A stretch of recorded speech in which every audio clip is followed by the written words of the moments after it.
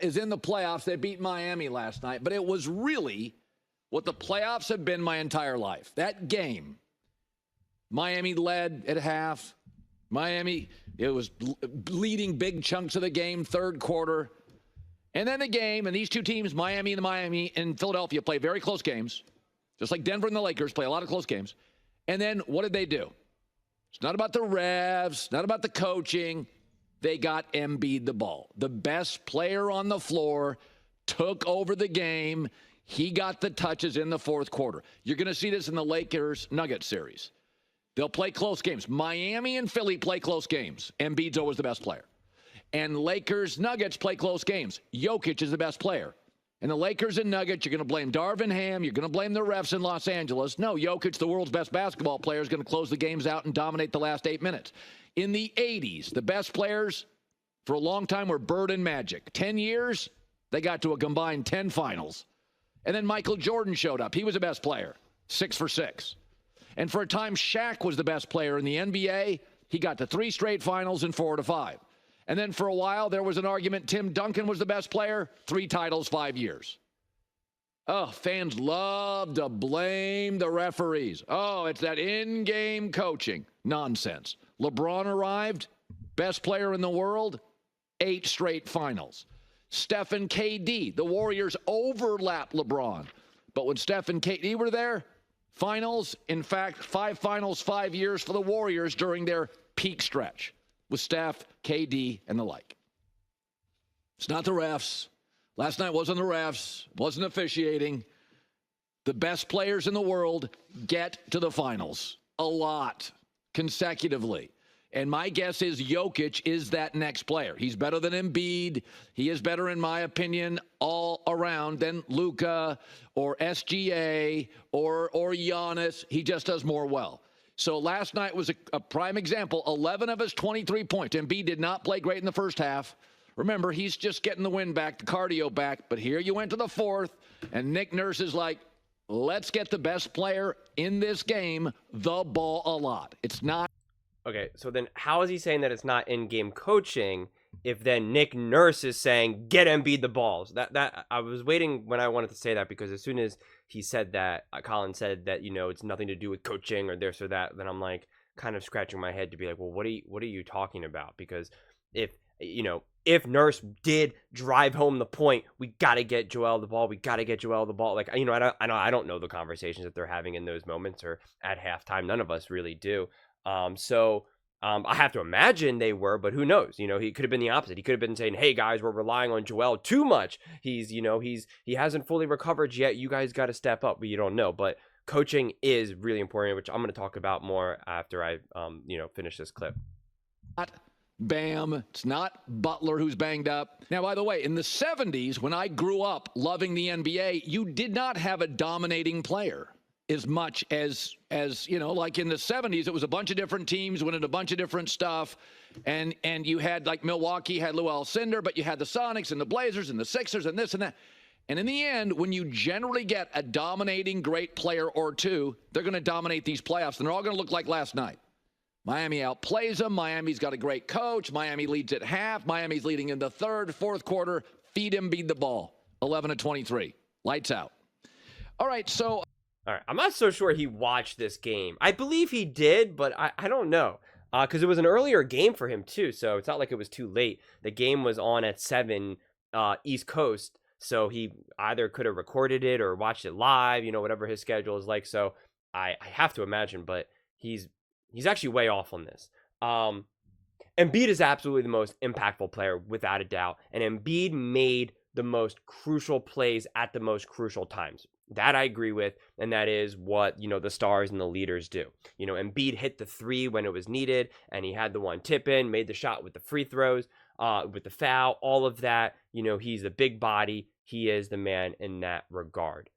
But the reason why the Sixers were able to win this game, and I also want to echo, this was such an exciting game. Obviously, as you guys know, I am a Sixers fan, but regardless, it was, even if they lost, I was already telling myself this was a great game, and I had a lot of fun watching it. The back and forth, the being down and then coming back, playoff basketball, play-in basketball, whatever the heck we want to call it, is so exciting. So exciting, so exhilarating. You're uncomfortable the whole time you're watching it, right? That's how you kind of know it's fun. And it's just all this back and forth, and it's why the regular season, by comparison, is so boring, because it just does not matter. And I've been kind of, banging that drum for years now. And the NBA needs to figure something out, because the playoffs are just like, yes, this is basketball. This is why we're all here.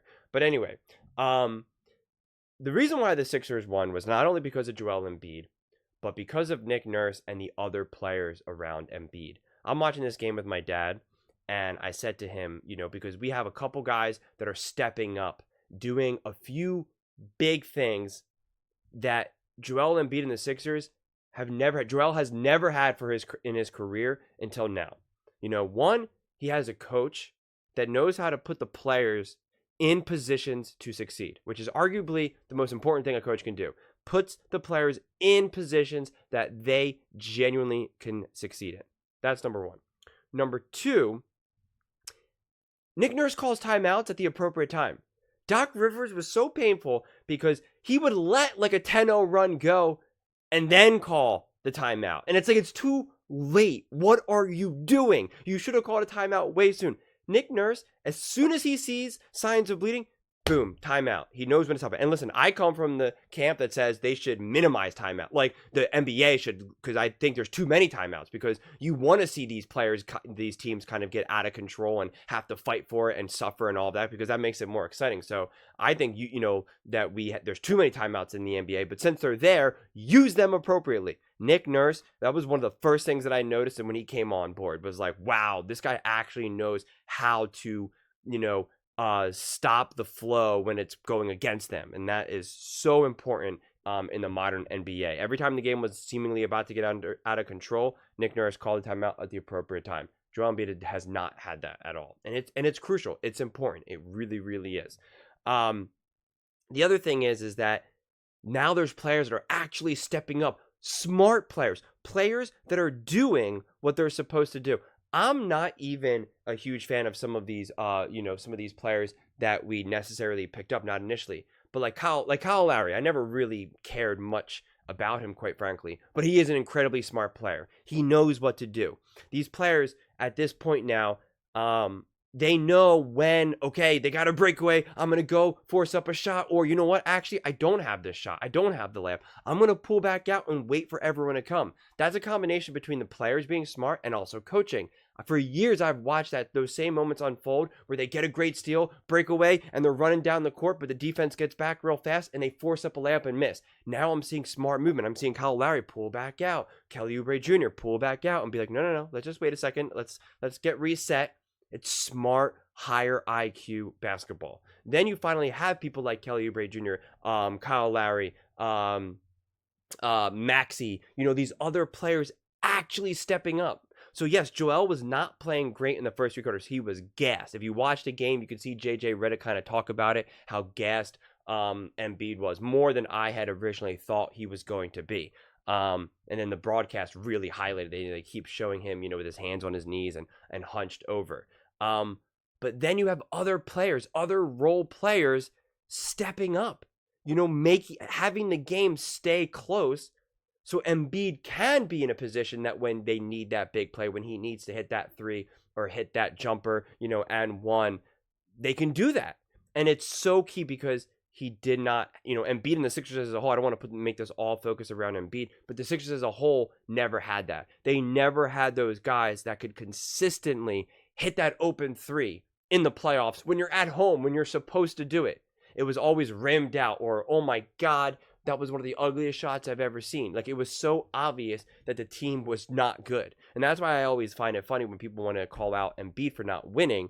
And I get it. We all put all this pressure on the superstars to win, but I have to assume that a lot of people, especially people who don't like Embiid, the Sixers are not a team that a lot of fans are just casually watching. Fans will more casually watch the Lakers, the Warriors, any of the other teams. I can guarantee you that a lot of people are not just casually watching the Sixers basketball. So if you actually watch them over the years, you would see that their team had no talent. I can't even name, any of the players at this point now that I've played with Embiid over the years, outside of people like, the Ben Simmons, of course, and James Harden.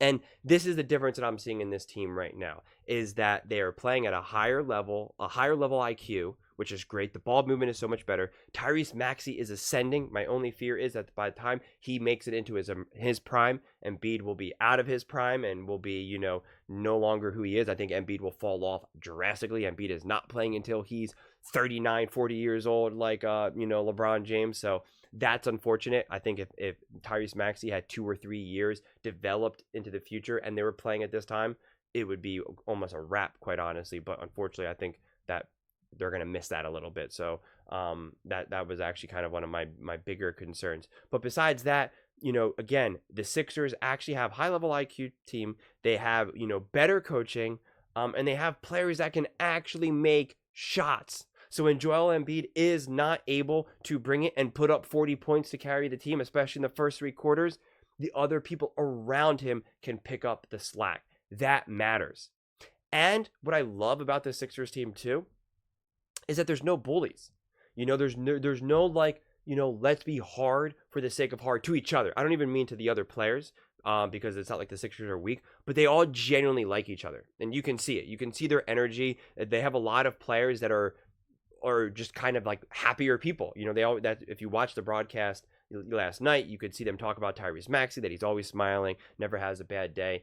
And James Harden and I forget the guy. He's completely slipping my mind right now. He won the championship with the Milwaukee Bucks. God, I can't think of him right now. And I think he was also with the Houston Rockets too back then with James Harden. And they were being interviewed and they said, Tyrese Maxey, how do you like playing with Tyrese? And they're like, man, he's so happy. He's happy 24/7. And, we're going to have to change that. And I remember thinking, no, I don't want Tyrese Maxey to lose that. Like, that is such an amazing leadership quality. And JJ Redick went on about it and saying how important it is to have that person, in the locker room, on the bus, at practice, to be that energy. And the perfect example of this was we saw Tyrese Maxey, Joel Embiid at the very end of the game, there was 0.3 seconds left. And I made a video that, you should watch. I posted it. When you're seeing this video, that video has already been posted. And I do a more deep breakdown into that. And there's only 0.3 seconds left. And Kyle Lowry wants to quickly inbound the ball because they're up by 1. And as soon as they touch it, it's pretty much over. But Joel Embiid and Tyrese Maxey kind of fumble over the ball and the ball goes out of bounds. So if there was like 0.8 seconds left on the clock, Miami would have had the ball back. And so now at the end of the game, they start to fight and Joel Embiid is genuinely angry. He is genuinely angry and he's like kind of like pushing him and hitting him. Not like hitting him like hard, but he's like, kind of being like, what the heck? And they're yelling at each other. And Tyrese Maxey's smiling the whole time. And he's standing his ground and slapping his hands out of the way, but he's still standing his ground and he's smiling the whole time. And to me, that is such an amazing moment because it disarms Embiid. It makes them just kind of laugh with each other. They do their like handshake and then they hug it out and then they move beyond it. And that could have been so bad, right? That could have been an absolute disaster. Both the play itself and then the aftermath of them fighting with each other. But again, the fact that Tyrese Maxey is who he is, he was able to, endure that moment and still do it with a smile. I'm not seeing people like James Harden be able to do that. Trae Young be able to do that. Some of these other more hard players, and who I believe to have poor leadership qualities. I see a Steph Curry being able to do that. So I just think that this Sixers team is really fun and exciting to watch. Again, obviously, I'm a Sixers fan, but I can just tell you, listen, I don't know how far they're going to go in the playoffs, especially after seeing Joel Embiid be so labored. And again, I've already said this in another video where I did first take, so you can also watch that video where I do a deeper dive, is that I'll do the very, very quickly abridged version of it, is that this should, in theory, be the worst condition Joel Embiid is playing.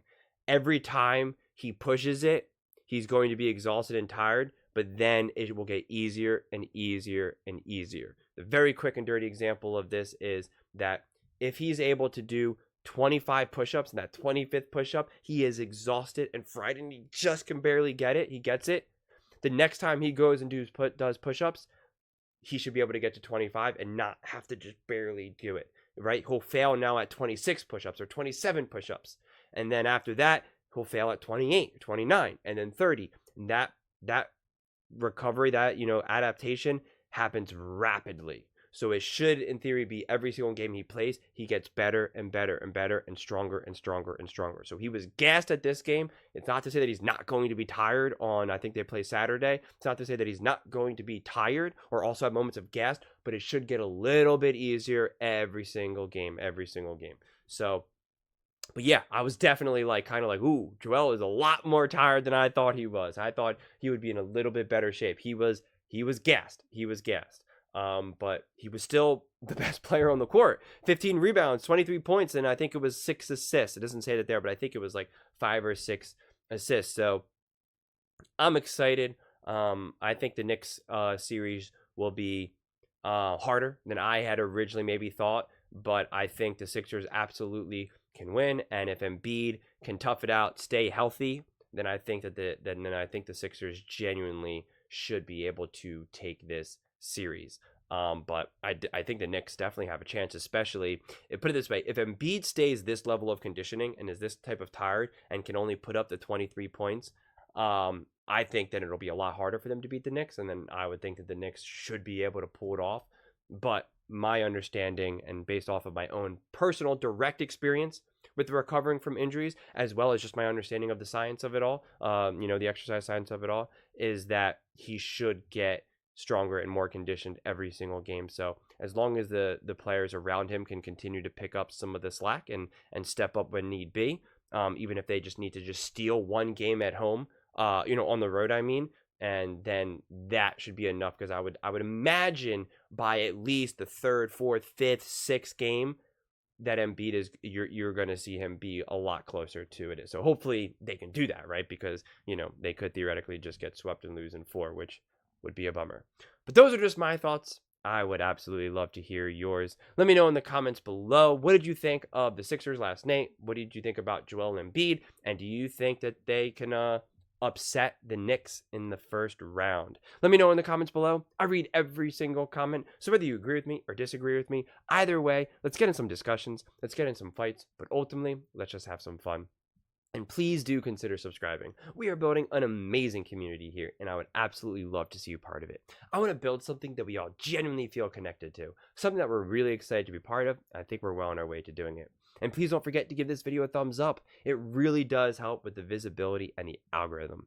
Thank you so much, and see you next time.